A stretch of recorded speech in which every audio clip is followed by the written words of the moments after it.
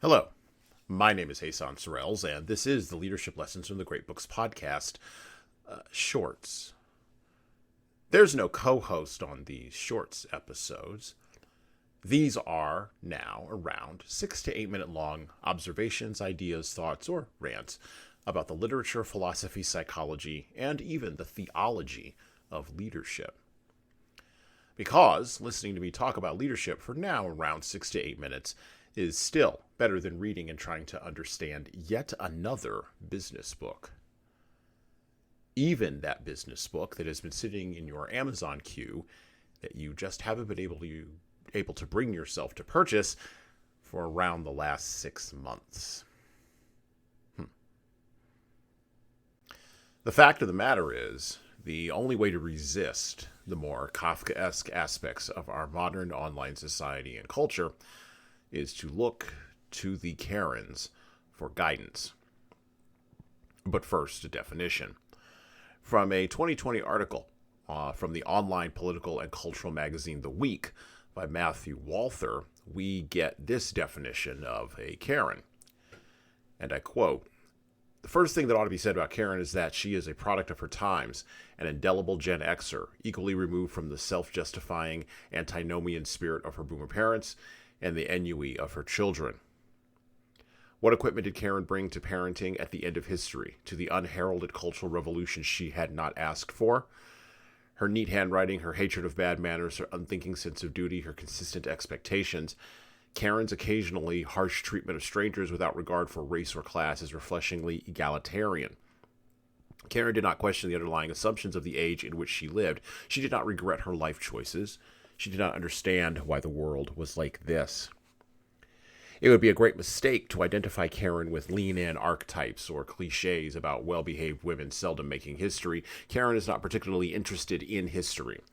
Instead, to the extent that she reflects upon her life and conduct, a luxury rarely, if ever, afforded, she sees herself as an unremarkable person, not a passive personality. She believes very firmly in individual agency, but someone who with quiet dignity, does what she thinks best according to her station in life, and does so without making any unnecessary fuss, at least so long as others are willing to do the same.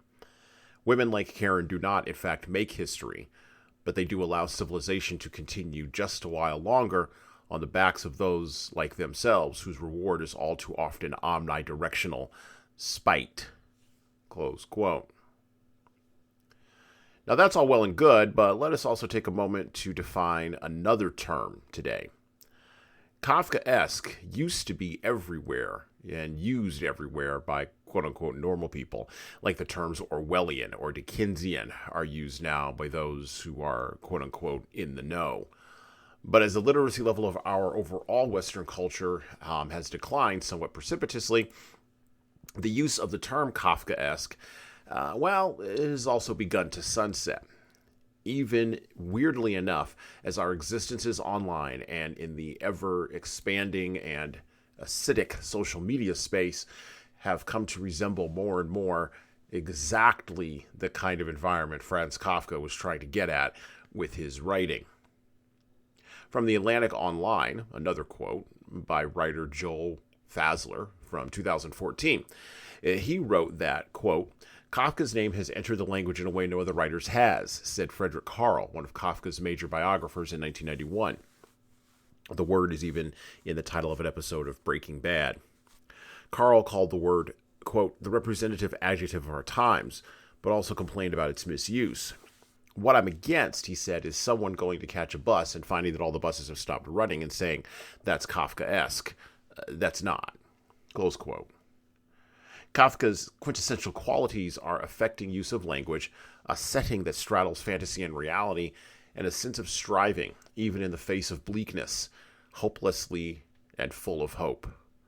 Close quote from Joe Fassler. Okay, so we've got an idea of Karens, we've got an idea of Kafkaesque tendencies, or at least a working definition of what is Kafkaesque versus what's not, like not catching a bus. But where do those two ideas overlap, and why should leaders even care?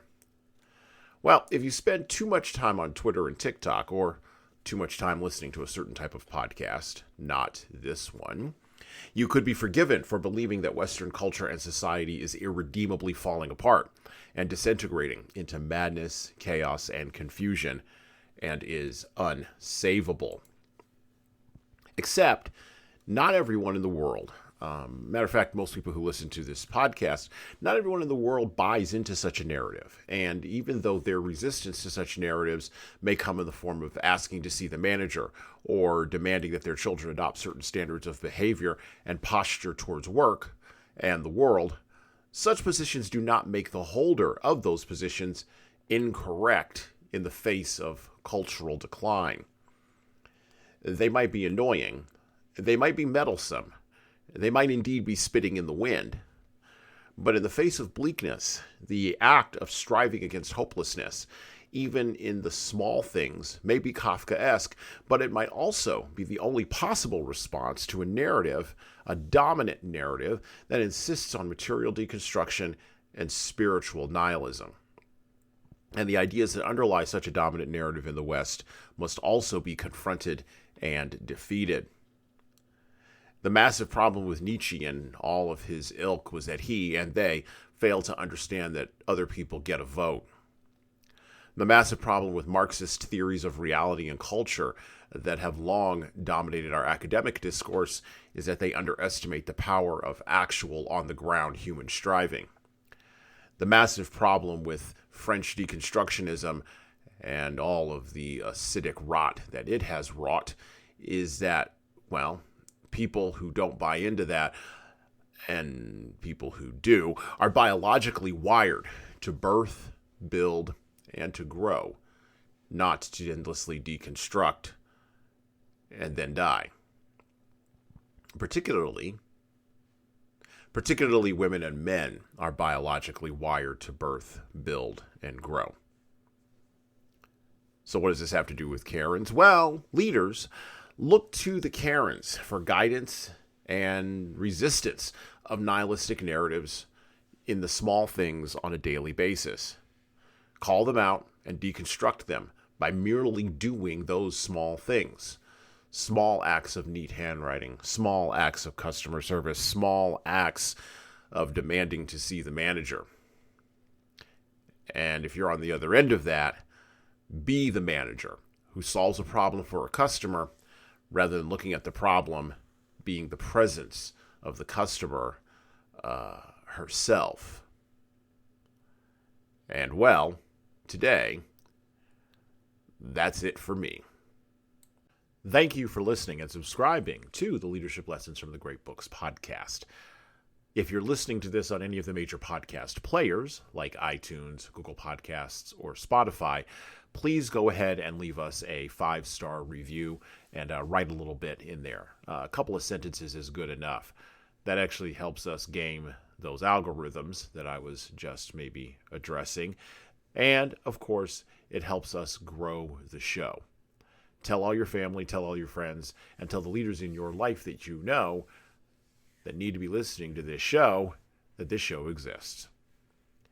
By the way, if you want to get started on the leadership path yourself, or you know some people who need to go on the leadership path, HSCT Publishing, the home company of Leadership Toolbox and Leadership Lessons from the Great Books podcast, can help you and your team do that.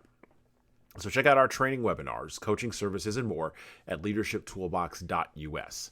We are remote, we're live, we're in person, we're on video, and we've got leadership development solutions for your civic group, nonprofit staff, public sector staff, or even your private sector leaders. And of course, you're going to want to check out our video-based subscription service at leadingkeys.com. That's leadingkeys.com for leadership development on demand.